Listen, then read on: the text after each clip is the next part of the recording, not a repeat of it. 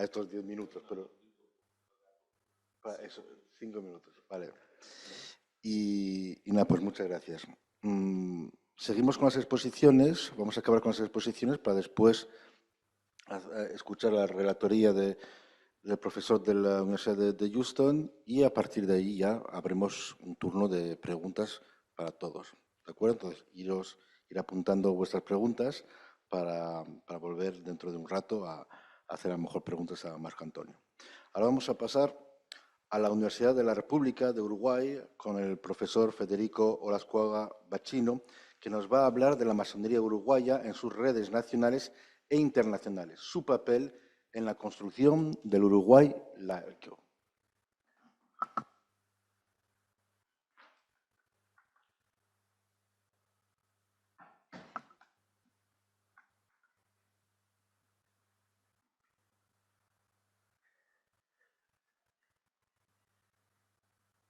Muchas gracias.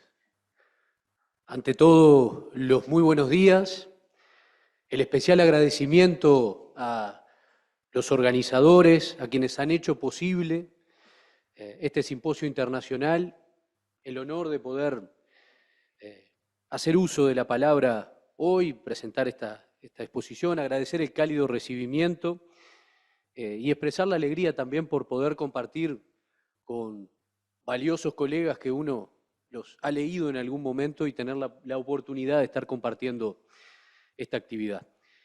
Se ha señalado, no es parte de una universidad pública, estatal, entonces desde ese punto de vista también corresponde, como ha sido dicho en un comienzo, expresar la solidaridad y la preocupación del otro lado también del Río de la Plata por lo que está ocurriendo con las universidades públicas aquí en la hermana República Argentina. Bien, yo en este caso soy doctorando en Historia y lo que voy a presentar hoy son avances de la investigación, de la tesis que está, en este caso, desarrollándose viendo a la masonería uruguaya en sus redes nacionales e internacionales y en especial el rol que esta institución desempeña en la construcción del Uruguay laico en este caso.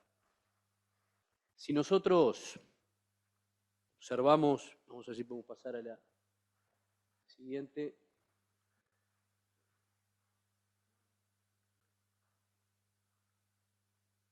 Bien. Ahí está, eso. Sería una antes. Bueno, muchísimas gracias. En primer lugar, la singularidad del modelo de laicidad uruguayo. Hay autores que han sostenido esto de, bueno, el Uruguay es el país más laico del mundo, ¿no? Es decir, siempre cuando se analiza la realidad uruguaya, siempre este rasgo laico aparece allí en los más diversos análisis. No es extraño en un país que además, desde 1918, ha establecido constitucionalmente la libertad de cultos y el carácter laico del Estado, y un país que tiene además algunas particularidades, por ejemplo, haber secularizado los feriados desde 1919. En el Uruguay oficialmente no es la Semana Santa, sino la Semana de Turismo, no es la Navidad, sino el Día de la Familia.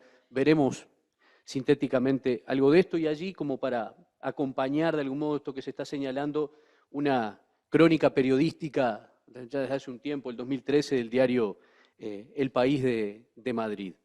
Y allí dos preguntas que se imponen. ¿Cómo se construye o cómo construye Uruguay este singular modelo de laicidad? ¿Y cuál es el rol que la masonería desempeña en esa construcción, especialmente en un periodo, como todo corte temporal, siempre tiene algo de arbitrario, entre 1861 y 1919, y luego extendiéndose hasta el 30, ya luego de consolidada esa reforma de la Constitución en otros terrenos que ya veremos, como el educativo en particular? Bueno, muy sintéticamente, algunas de las singularidades del modelo de laicidad. Primero encontramos una temprana secularización en el Uruguay, que está caracterizado por una privatización de lo religioso y una progresiva naturalización de un modelo radical de laicidad, con una fuerte inspiración además en Francia particularmente, que siempre ha sido un modelo para el Uruguay sin perjuicio de otros. Y se da en paralelo, como señalan varios autores, Caetano, Jay Monat y otros, en el mismo momento en que se instaura un modelo de ciudadanía que procura la integración, especialmente de los inmigrantes. Uruguay es un país que para 1830 tiene 74.000 habitantes y que en 1908 llega al millón. Este nos permite dar una idea, y el elemento que explica ese crecimiento demográfico es específicamente la inmigración. También hay una debilidad en el Uruguay de la implantación colonial, débil por tardía, es una zona de colonización tardía la del Río de la Plata y más particularmente la de lo que hoy es el Uruguay. Y se da una reconfiguración de los vínculos entre política y religión en este periodo, imperando en Uruguay la Constitución del 30, de 1830, cuando el país nace la vida independiente, que en su artículo 5 establecía a texto expreso: la religión del Estado es la católica apostólica romana. Es decir, estábamos ante un Estado confesional desde ese punto de vista. Comienza un enfrentamiento con la Iglesia Católica, la cuestión religiosa se instala, se da a la par. Hay un contrapunto con la Iglesia Católica que debe ser visto en todo momento para entender cómo la masonería va reconfigurándose y va nuevamente definiéndose y redefiniéndose. Una iglesia ultramontana, especialmente con cuando asume como vicario apostólico Jacinto Vera, en 1859, marca el comienzo de ese conflicto con la iglesia ultramontana. Y el proceso secularizador, además, por supuesto, uno lo tiene que mirar en el proceso del racionalismo en Occidente. Allí nosotros tenemos un historiador de las ideas, que es Arturo Ardao, que ha particularmente abordado este aspecto. Allí estamos viendo a dos figuras claves de la masonería uruguaya. Por un lado, Gabriel Pérez, considerado el padre fundador, lo están viendo ustedes a la izquierda, y a la derecha Carlos de Castro, dos figuras claves, también pertenecientes además a las élites, en este caso del Uruguay. Una masonería que atraviesa 3 etapas. Nosotros también, se aludió al periodo colonial, 1807 son los primeros indicios documentales de presencia con la llegada de lo que se denomina invasiones inglesas. Primer desfile de francmasones en Montevideo, y se inicia el 18 de julio de 1807 al primer masón criollo, que en este caso fue Miguel Furriol, en el Uruguay. Hay una logia francesa en 1827, clave en el proceso de avance de la masonería en el Uruguay, que es Les Amis de la Patrie, y luego ya a partir de 1830 tenemos logias masónicas propiamente dicho, Asilo de la Virtud, Constante Amistad, exactamente, la presencia durante un episodio que nosotros conocemos como la Guerra Grande de Giuseppe Garibaldi, su iniciación masónica además también en Montevideo es un hito particular. Y entre 1855 y 1857 es que la masonería se termina consolidando como una potencia independiente ya en el Uruguay. El reconocimiento llega en 1856, pero en 1857 hay una epidemia de fiebre amarilla que es muy importante en el proceso en el que la masonería sale, para decirlo de una manera, usando terminología de esa organización, al mundo profano, en este caso combatiendo la epidemia de fiebre amarilla y transformándose profundamente. Y ya a partir de esa segunda etapa que ustedes están viendo, y ya la tercera también, se consolidan algunas cosas importantes. Una masonería uruguaya, una constitución masónica en 1881 propia, había una antes en 1864 que era prácticamente una copia de la brasileña, pero en la parte referente a la religión había un toque uruguayo ya bastante laico. Y luego tenemos en 1882, bajo la gestión de Carlos de Castro, el reconocimiento por parte del Estado uruguayo de la masonería. Obtiene su personería jurídica en el Uruguay en 1882. Muy vinculada además a este otro elemento que es el del liberalismo, en este caso anticlerical. Hay una fuerte relación en el momento que esta cuestión religiosa se instala en el Uruguay. Hay un episodio clave que es la muerte de un médico masón, Enrique Jacobsen, en San José. La iglesia le niega la posibilidad de la sepultura y allí comienza un conflicto eclesiástico bajo el gobierno de don Bernardo Prudencio Berro. Y bueno, ese es un momento sin duda clave. De allí en más se inicia un proceso de secularización que referíamos, que tiene hitos, ustedes los están viendo a la derecha, uno de ellos la Ley de Educación Común de 1877, la reforma vareliana. Varela es el Sarmiento uruguayo, para decirlo de alguna manera, y las distintas organizaciones íntimamente ligadas a una masonería una masonería militante, algunos aspectos que vamos a ver, muy vinculada además a lo político, estrictamente incidiendo en esa esfera de una manera muy particular.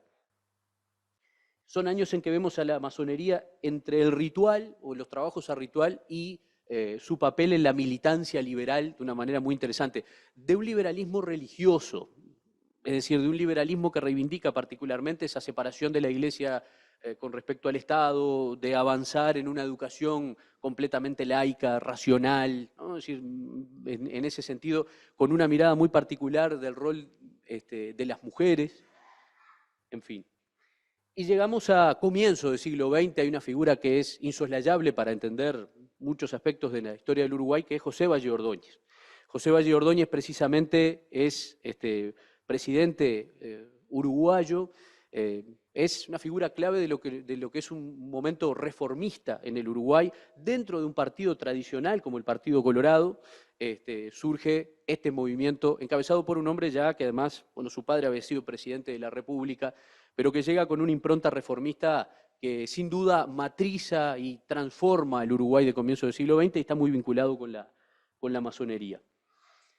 En primer lugar, cuando nosotros miramos este movimiento reformista y vemos a quienes lo integraron, vemos que por lo menos un 30% de sus dirigentes eran miembros de la masonería, además en muchos casos grado 33, miembros del Supremo Consejo y demás. Allí están las figuras de Areco, Olié, Bernás Aijeres, Otero, el propio Viera, de quien ya hablaremos, que va a llegar a la presidencia de la República. Es decir, hay una fuerte relación, que además a veces en el Uruguay se ve el movimiento liberal separado del reformismo vallista. El reformismo de algún modo es, más allá del corte, es también la continuación de muchas de esas ideas del movimiento liberal que nosotros veíamos en el siglo XIX. 1903, bueno, es un momento clave, tanto a nivel de las redes masónicas internacionales como de lo que ocurre en el Uruguay. En el Uruguay vuelve la masonería a retomar sus trabajos. Hay una discusión allí, hay muchos que dicen que debido a la crisis del 90, muchos autores que sostienen que debido a la crisis del 90 cierra sus puertas. En realidad tiene más que ver no con tanto con cerrar las puertas, sino con, en lugar de trabajar con arreglo al ritual, hacerlo más desde un movimiento liberal, militante, a partir de esas organizaciones que brevemente se mostraban allí. Hay una reforma moral que particularmente lleva adelante este reformismo vallista y está muy vinculado, ahora lo veremos, a la masonería. Un anticlericalismo radical es un rasgo distintivo de este reformismo, esta promoción de una educación laica, la emancipación femenina, hay una serie de la legislación social obrerista, ley de 8 horas, ley de la silla, hay una serie también de cuestiones claves en estado de bienestar, ese avance y esa idea del Estado como escudo de los débiles, que es toda una definición del vallismo. En el boletín masónico van apareciendo distintas cuestiones con un claro respaldo a estas iniciativas reformistas, a la ley de divorcio que ya veremos. Hay una carta en la que se lo felicita al doctor Oneto Iviana, es el autor de la primera ley de divorcio en 1907 en el Uruguay, que es aprobada, que recibe incluso las felicitaciones de la masonería argentina. Hay documentación en ese sentido, eso habla también de esas redes a las que referíamos. La Argentina que no había logrado concretar, como había sido dicho, esa ley de divorcio, y el Uruguay que lo logra inicialmente en 1907. Felicita a la masonería abiertamente a los legisladores que aprobaron, hay varios masones allí, entre ellos Areco, Polié, Otero, Cuñarro, parte de esa incidencia en lo político. La abolición de la pena de muerte, ahí también hay una presencia fuerte de la masonería, sobre todo a través de uno de sus hombres más destacados, un grado 33, miembro del Supremo Consejo, que fue en este caso el doctor Pedro Figari, una figura emblemática, conocida también en el mundo artístico, no solo en el ámbito más vinculado a estos asuntos públicos. En el reconocimiento de los derechos de los hijos naturales, y ahí aparece un gran maestro muy importante, que además fue un connotado vallista, considerado el filósofo del vallismo, que era Ricardo J. Areco. Legalmente se logra esa protección, y allí también una fuente que estamos viendo, el boletín masónico, donde se reconoce esta iniciativa y lo importante que había significado para el Uruguay este reconocimiento de los hijos naturales. Y aparece la ley de divorcio por la sola voluntad de la mujer. Ahí está la figura del masón y vallista Areco, que es clave como legislador y como gran maestro de la masonería del Uruguay. Promueve un divorcio por la sola voluntad de uno de los cónyuges, y después se da un hecho interesante que es un intercambio con Carlos Bá Ferreira. Aparece la figura de Domingo Arena, otro vallista muy importante, no masón, hasta donde sabemos, y se logra en 1913 la ley de divorcio por la sola voluntad de la mujer, que es un paso realmente trascendente y que está muy vinculado a una masonería que, incidiendo en la esfera pública, también es parte, de alguna manera, de esa conquista. Hay otras leyes, altamente benéficas, la de protección a la niñez, la ley de 8 horas, esa ley de 8 horas que tiene en Polié, un masón grado 33, a una figura clave en su impulso. También vemos allí nuevamente a la masonería, también en términos institucionales, incidiendo para concretar esa ley tan significativa en este caso para el Uruguay. Después también hay una masonería que incide abiertamente. Yo creo que ahí se da otro hecho que también es trascendente. Uno tiene que mirarlo en el contrapunto con la Iglesia Católica.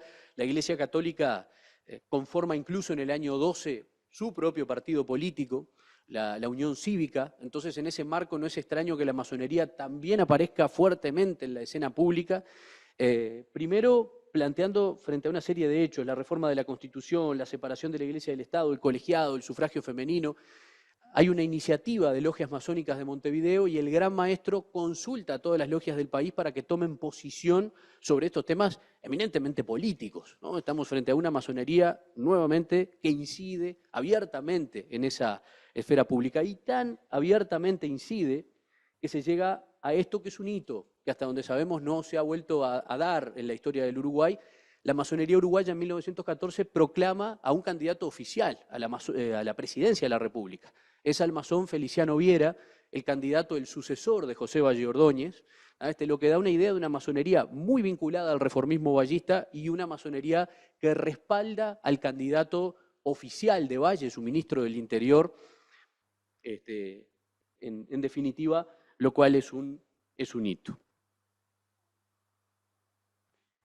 Aparece una interesante nota de una logia masónica de Buenos Aires, Estrella del Líbano, que felicita a Viera efusivamente, y plantea esta idea de usted es el continuador de la obra de Valle y Ordóñez, lo felicitamos por ello, etc.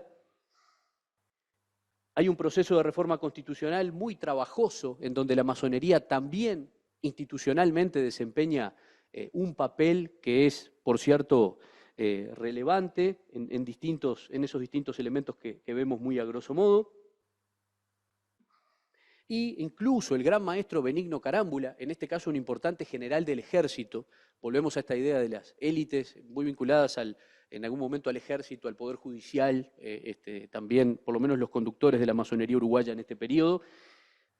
Directamente Benigno Carámbula se presenta ante la constituyente y expone sobre lo que él considera que es importante lograr la reforma, especialmente el artículo 5, lograr la laicidad del Estado y la gran discusión sobre los bienes de la Iglesia. Si se separa la Iglesia del Estado, ¿qué hacemos con los bienes de la Iglesia? Bueno, para la masonería, por lo menos sus autoridades oficiales, la idea era clara. Estos bienes no son de la Iglesia, sino son del Estado. Es una idea muy interesante que incluso la expone el gran maestro en este ámbito en la constituyente, y tenemos las actas de esta constituyente y de esta comparecencia en definitiva. Avanzamos a la siguiente. Bien. Ahí está. Y muy sintéticamente, esa es la evolución constitucional. La Constitución del 30, yo les decía, muy sintéticamente, el carácter confesional del Estado uruguayo. Ya la de 1918, redacción vigente, la Constitución actual, establece todos los cultos religiosos son libres en el Uruguay, el Estado no sostiene religión alguna. Se termina concretando esa reforma. Y, para finalizar, cuando nosotros miramos luego, hay una serie de hechos importantes. Por ejemplo, cuando se construye el Estadio Centenario para el primer Mundial que se celebra en el Uruguay, en 1930, se cede el terreno, pero se cede con la condición de que, como el Uruguay ahora es un Estado laico, allí no puede haber ningún tipo de fenómeno, ningún tipo de acontecimiento ni religioso ni filosófico. Toda una definición del espacio público en este nuevo contexto.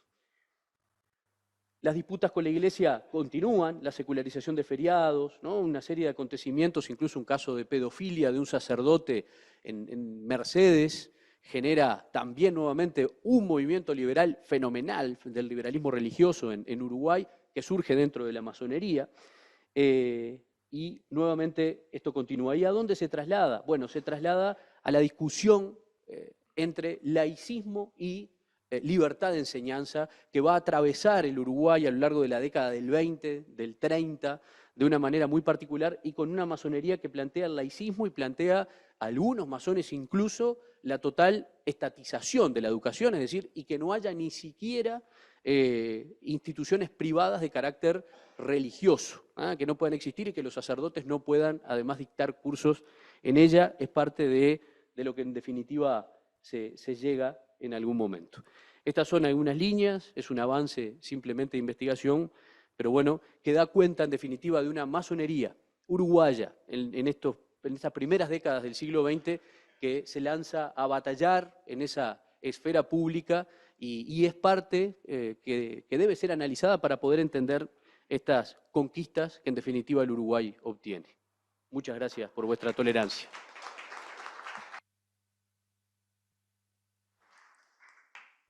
Muchas gracias a ti, Federico. Seguimos con la tercera exposición a cargo de Rubén Eduardo Ferradas, de la Logia Nikola Tesla número 13 del Gran Oriente Federal de la República Argentina, que nos viene a hablar de masonería y sociedad, el legado masónico en las constituciones de Estados Unidos y Argentina, siglos XVIII-XIX.